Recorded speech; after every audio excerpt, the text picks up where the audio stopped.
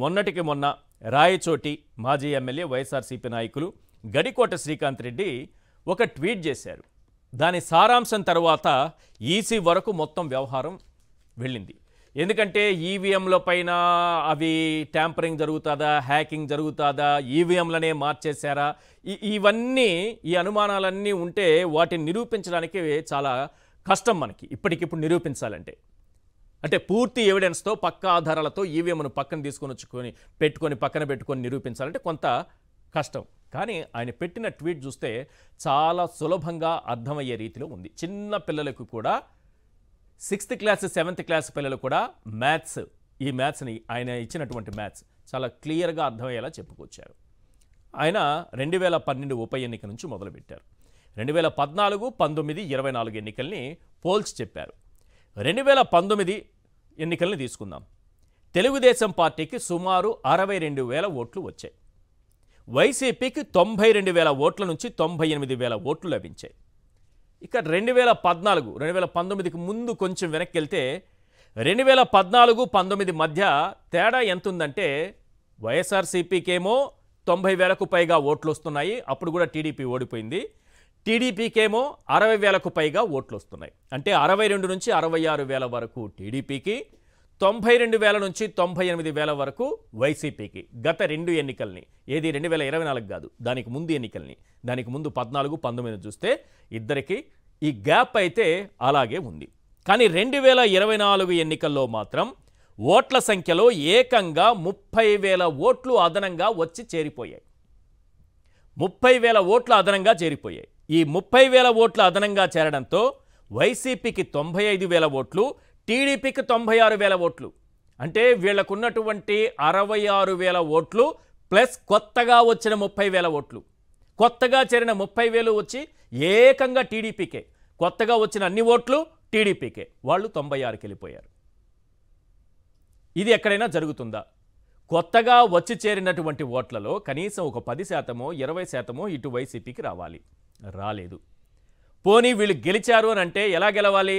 90,000 ఓట్లు గత ఎన్నికల్లో వైఎస్ఆర్సీపీ అభ్యర్థికి వస్తే, టీడీపీ అభ్యర్థికి 65,000 ఓట్ల వరకు వస్తే, ఈసారి ఓడిపోతే ఎలా ఓడిపోవాలి? అక్కడ వైఎస్ఆర్సీపీ అభ్యర్థికి ఉన్నటువంటి 90,000 ఓట్లు క్రమంగా తగ్గాలి ఒక 30,000 వరకు. ఇక్కడ టీడీపీ అభ్యర్థికి 30,000 ఓట్ల వరకు పెరగాలి. కానీ అలా జరగలేదు. ఎవరివి అలానే ఉన్నాయి. కొత్తగా ఒక 30,000 ఓట్లు వచ్చి చేరాయి. ఆ 30,000 ఓట్లు కేవలం టీడీపీకే పడ్డాయి. ఇలా మొత్తం 12.54% పెరుగుదల. అంటే సాయంత్రం 6 గంటలకు క్లోజ్ అయిపోతే, మనకి పోలింగ్ క్లోజ్ అయితే ఫైనల్ పోలింగ్ పర్సంటేజ్ ఫైనల్గా ఇచ్చేది, అప్పటికప్పుడు ఏదో చెప్తారు కొంత, ఫైనల్గా ఇచ్చిన దానికి 6 గంటలు క్లోజ్ అయిన టైంకి ఎంత శాతం పెరిగిందయ్యా అంటే 12.54% ఓట్లు పెరిగాయి. అంటే సాయంత్రం 6 గంటల తర్వాత పోలింగ్ అంతా మూసిన తర్వాత క్యూ లైన్లో ఉన్న వారికి అవకాశం కల్పిస్తే 1000 మందో, 2,000 మందో, ఓ 10,000 మందో, రాష్ట్ర వ్యాప్తంగా తీసుకుంటే ఒక 15,000 ఓట్ల వరకు క్యూలో ఉన్నారేమో. ఎందుకంటే 6 గంటలకు అయిపోతుంది. 1 నిమిషం 2 నిమిషాలు లేట్ అవ్వచ్చు క్యూలో ఉన్న వాళ్ళ కోసం నిలబెడితే. కానీ ఎంతమంది క్యూలో ఉన్నారో తెలుసా? అంటే వీళ్ళ లెక్క ప్రకారం క్యూలో ఉన్నారా, ఈవీఎంలోకి ఎట్లా డంప్ అయ్యాయి అనేది పక్కన పెడదాం. వాళ్ళు చెప్పే లెక్క ప్రకారం తీసుకున్న సాయంత్రం 6 తర్వాత క్యూ లైన్లో ఉండి ఓట్లేసిన వాళ్ళు అక్షరాల 51 లక్షల మంది. ఎక్కడి నుంచి వచ్చారు వీళ్ళంతా? నిజంగానే క్యూలో ఉన్నారా, లేకపోతే ఓట్లు డంప్ అయ్యాయా ఈవీఎంలలోకి? ఇది కాకపోతే పూర్తి స్థాయిలో ఈవీఎంలనే మార్చారా అన్న అనుమానం కూడా కలిగింది. ఎందుకంటే పోలింగ్ రోజు పర్సంటేజ్ దాదాపు 60కి ఎంతో పడిపోయినటువంటి పర్సంటేజ్, ఏది బ్యాటరీల పర్సంటేజ్. మన ఫోన్లో బ్యాటరీ తగ్గిపోతుంది కదా, ఒక 2-3 రోజులు స్విచ్ ఆఫ్ చేసి పెట్టి మళ్ళీ ఆన్ చేస్తే అంతకంటే తగ్గుతుంది కానీ పెరగదు. కానీ 98%కి వెళ్ళిపోయింది. అప్పుడే ఫ్రెష్గా ఛార్జింగ్ పెట్టి తీస్తే ఎలా వస్తుంది? 98%కి వెళ్ళిపోయింది. ఇలాంటివి అనేకం ఉన్నాయి. ఇక సింపుల్గా ఒక్కటి చెప్పి మనం డిబేట్లోకి వెళ్దాం. ఇది వైఎస్ఆర్సీపీకి ఉన్న అనుమానాన్ని ఈసీకి క్లియర్గా చెప్పుకొచ్చింది. ఈసీ ముందు అన్ని ఆధారాలు పెట్టారు. ఇప్పుడు విఎఫ్డి అనేటటువంటి సంస్థ, ఇది మీది నాది కాదు కదా, ఇది దేశవ్యాప్తంగా అన్ని పార్లమెంటు నియోజకవర్గాలకు సంబంధించి అన్ని రాష్ట్రాల్లో ఏ రకంగా అదనంగా ఓట్లు వచ్చి చేరాయి అన్నది లెక్కలు తీసింది. లెక్కలు తీస్తే ఆంధ్రప్రదేశ్లో ఇంతకుముందు మనం చెప్పుకున్నాం కదా, ఒకసారి స్క్రీన్ పైన వెండి. ఆంధ్రప్రదేశ్లో 12.54%, 12.54% అదనంగా వచ్చి చేరాయట. పోలింగ్ పర్సంటేజ్ అంటే సాయంత్రం 6 దాటిన తర్వాత 4 రోజులకి ఇచ్చారు. ఈ 4 రోజులు లెక్కలేసుకుంటూనే ఉన్నారు. ఈవీఎంలు పాపం ఇప్పుడే చెప్పం, ఒక 4 రోజులు రెస్ట్ తీసుకుంటాం మేము, పొద్దున్నుంచి అలసిపోయాం కదా, నొక్కి అందరూ అంతమంది నొక్కితే మాకు ఒళ్ళు నొప్పులు కదా, మేము రెస్ట్ తీసుకుంటాము అని ఈవీఎంలు అన్నాయట. అందువల్ల 4 రోజులు సమయం పట్టింది ఈసీకి. 3 రోజుల తర్వాత 4వ రోజు ఫైనల్ పోలింగ్ పర్సంటేజ్ ఇచ్చారు. ఎంత ఇచ్చారయ్యా అంటే 1%, 0.5% పెరగలేదు, ఏకంగా 12.54% పెంచేశారు. ఇక్కడ చాలా ప్రధానమైన అంశం ఏంటంటే వీళ్ళిచ్చిన దాని ప్రకారం 2.81 crores ఓట్లు పడ్డవి. 49 లక్షల ఓట్లు 25 పార్లమెంటరీ నియోజకవర్గాల్లో ప్రభావం చూపించాయి. 1.96 లక్షల ఓట్లు ఒక్కొక్క కాన్స్టిట్యుయెన్సీలో ప్రభావం చూపించింది. ఆంధ్రప్రదేశ్ మొత్తం 25 కాన్స్టిట్యుయెన్సీ పార్లమెంటుకు సంబంధించింది ఏమంతా ఉన్నాయని చెబుతూ 7 పార్లమెంటరీ నియోజకవర్గాల గురించి చాలా క్లియర్గా రాసుకొచ్చింది. అంటే మనకి దాదాపు 49 ఇక్కడే పార్లమెంటు నియోజకవర్గాలు లెక్కేసుకున్న, అసెంబ్లీ నియోజకవర్గాలు దెబ్బగొట్టినవే.